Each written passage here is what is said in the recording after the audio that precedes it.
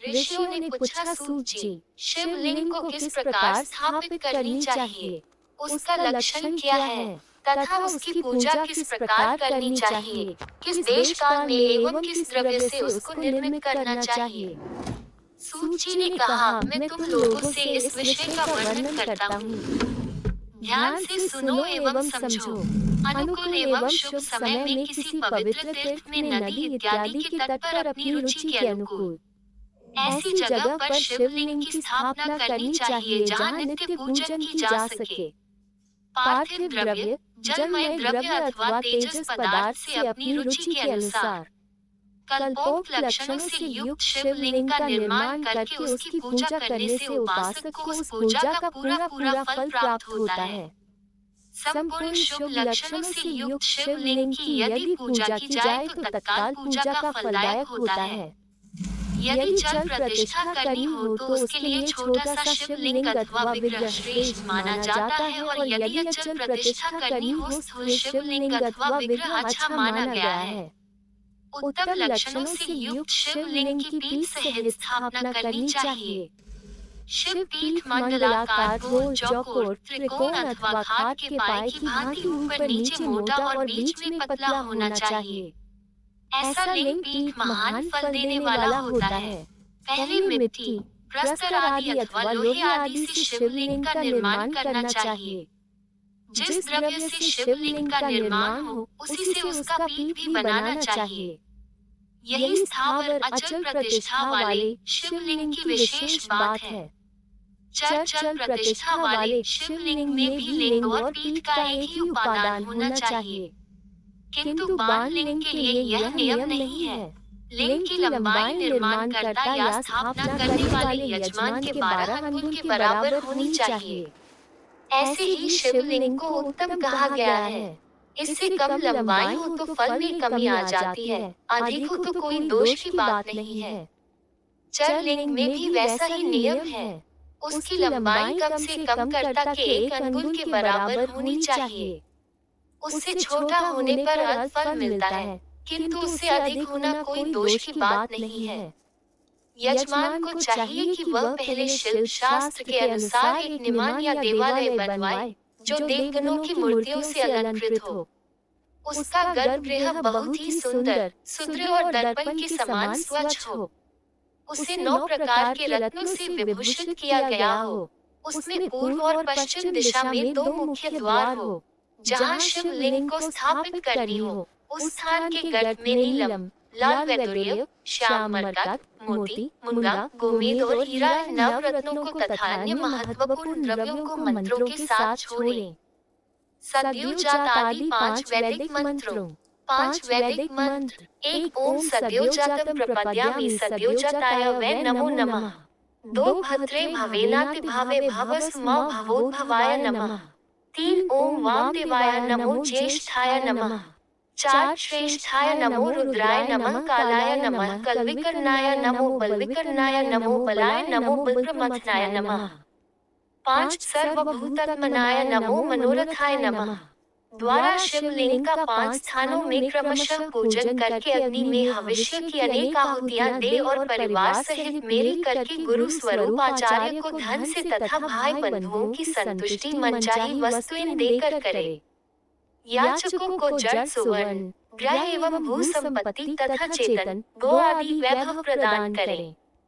स्थावर जंगम सभी जीवों को यज्ञ पूर्वक संतुष्ट करके एक गड्ढे में सुवर्ण तथा 9 प्रकार के रत्न भरकर सद्योजातादि वैदिक मंत्रों का उच्चारण करके परम कल्याणकारी महादेव जी का ध्यान करे। तत्पश्चात नादघोष से युक्त महामंत्र ओकार का उच्चारण करके उक्त गड्ढे में शिवलिंग को स्थापित करके उसे पीठ से संयुक्त करें। इस प्रकार पीठयुक्त लिंग की स्थापना करके उसे नित्य लेप दीर्घ काल तक टिके रहने वाले मसाले से जोड़कर स्थिर करें। इसी प्रकार वहाँ परम सुंदर वेद मूर्ति की भी स्थापना करनी चाहिए।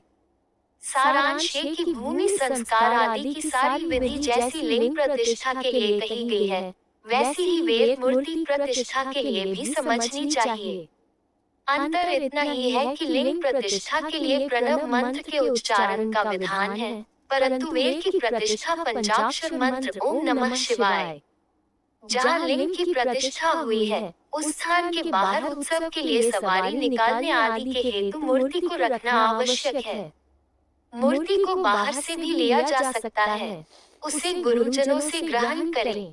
बाह्य मूर्ति लेने के लिए वही पुरुष योग्य है जो साधु पुरुषों द्वारा पूजित हो। इस प्रकार लिंग में और मूर्ति में भी की हुई महादेव जी की पूजा शिव पद प्रदान करने वाली होती है।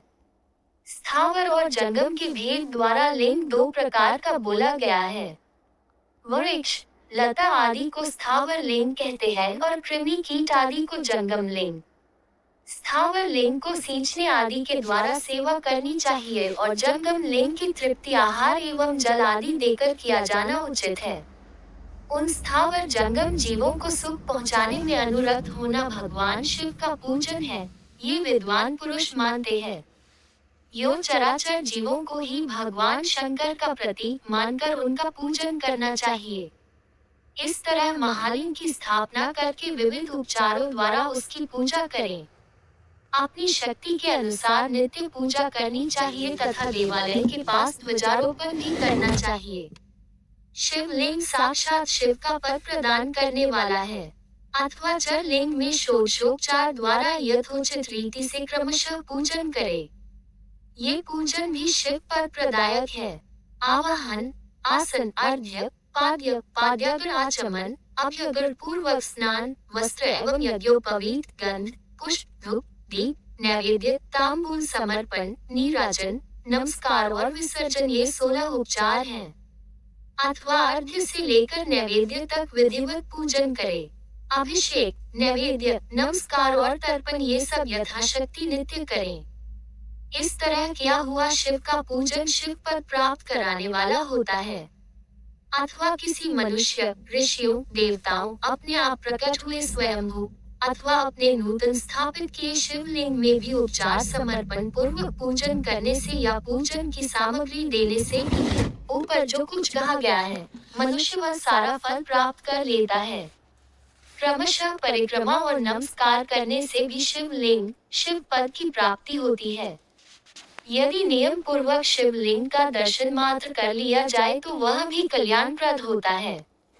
मिट्टी, आटा, गाय के गोबर, फूल, कनेर पुष्प, फल, गुड़, मक्खन, भस्म अथवा अन्न इत्यादि से भी अपनी रुचि के अनुसार शिवलिंग बनाकर तदनुसार उसका पूजन करें।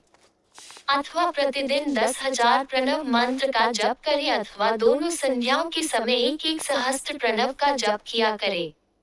ये क्रम भी शिव पद की प्राप्ति कराने वाला होता है, ऐसा जानना चाहिए। जप काल में मकारांत प्रणव का उच्चारण मन की शुद्धि करने वाला होता है। समाधि में मानसिक जप का विधान है तथा अन्य सब समय भी उपांशु जप ही करना चाहिए।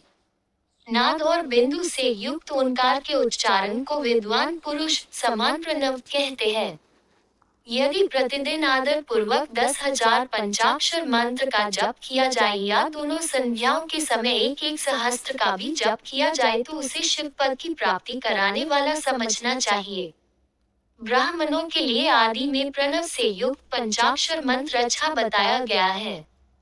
कलश से किया हुआ स्नान, मंत्र की दीक्षा, मातृकाओं का न्यास, सत्य से पवित्र अंतःकरण वाला ब्राह्मण तथा ज्ञानी गुरु इन सबको उत्तम माना गया है। द्विजों के लिए नमः शिवाय के उच्चारण का विधान है। द्विजित्रों के लिए अंत में नमः पद के प्रयोग की विधि है, अर्थात वे शिवाय नमः इस मंत्र का उच्चारण करें।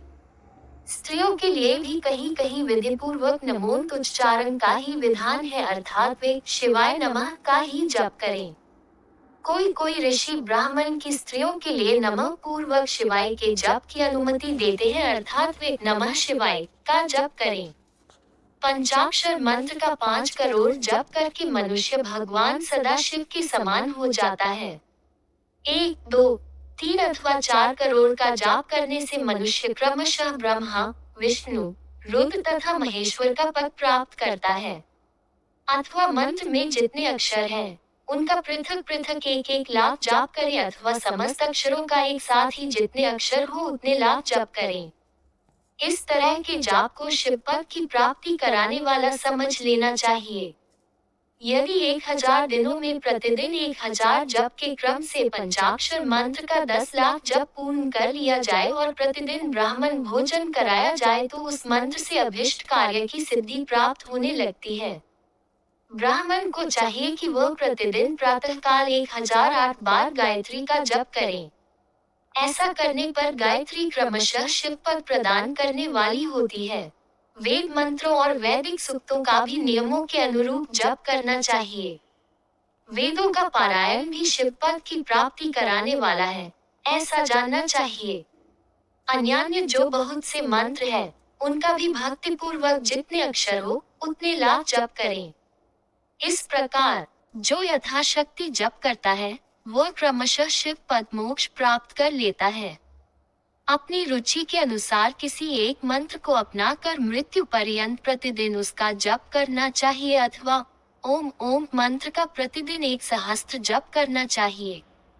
ऐसा करने पर भगवान शिव की आज्ञा से संपूर्ण मनोरथों की सिद्धि होती है। जो मनुष्य भगवान शिव के लिए फुलवाड़ी लगाता है तथा शिव के सेवा कार्य के लिए मंदिर में झाड़ने बुहारने आदि की व्यवस्था करता है, वह इस पुण्य कर्म को करके शिव पद प्राप्त कर लेता है। भगवान शिव के जो काशी आदि क्षेत्र है, उनमें भक्ति पूर्वक नित्य निवास करें। वह जड़ चेतन सभी को भोग और मोक्ष देने वाला होता है। अतः विद्वान पुरुष को भगवान शिव के क्षेत्र में आमरण निवास करना चाहिए। शिव के इन पुण्य क्षेत्रों में स्थित मानव द्वारा स्थापित किए हुए शिवलिंग अथवा स्वयं प्रकट हुए स्वयंभू शिवलिंग का पूजन आदि करने से मनुष्यों के सहस्त्र जन्मों के पाप नष्ट हो जाते हैं। पुण्य क्षेत्र में स्थित बावड़ी, कुआं और पोखरे आदि को शिव गंगा समझना चाहिए। भगवान शिव का ऐसा ही वचन है, वहां स्नान, दान और जप करके मनुष्य भगवान शिव की प्राप्ति कर लेता है। अतः मृत्यु पर्यंत शिव क्षेत्र में आश्रय लेना चाहिए। जो शिव क्षेत्र में अपने किसी मृत संबंधी का दाह, दिशा, मासिक श्राद्ध, सपिंडीकरण या वार्षिक श्राद्ध करता है अथवा कभी भी शिव के क्षेत्र में अपने पितरों को पिंड देता है, वह तत्काल ही अपने सभी पापों से मुक्ति पा लेता है और अंततः शिव पद को प्राप्त कर लेता है। अथवा शिव के क्षेत्र में 7, 5, 3 या 1 रात ही निवास करने वाले को भी क्रमशः शिव की प्राप्ति होती है। लोक में अपने अपने वर्ण के अनुरूप सदाचार का पालन करने से भी मनुष्य शिव पद को प्राप्त कर लेता है।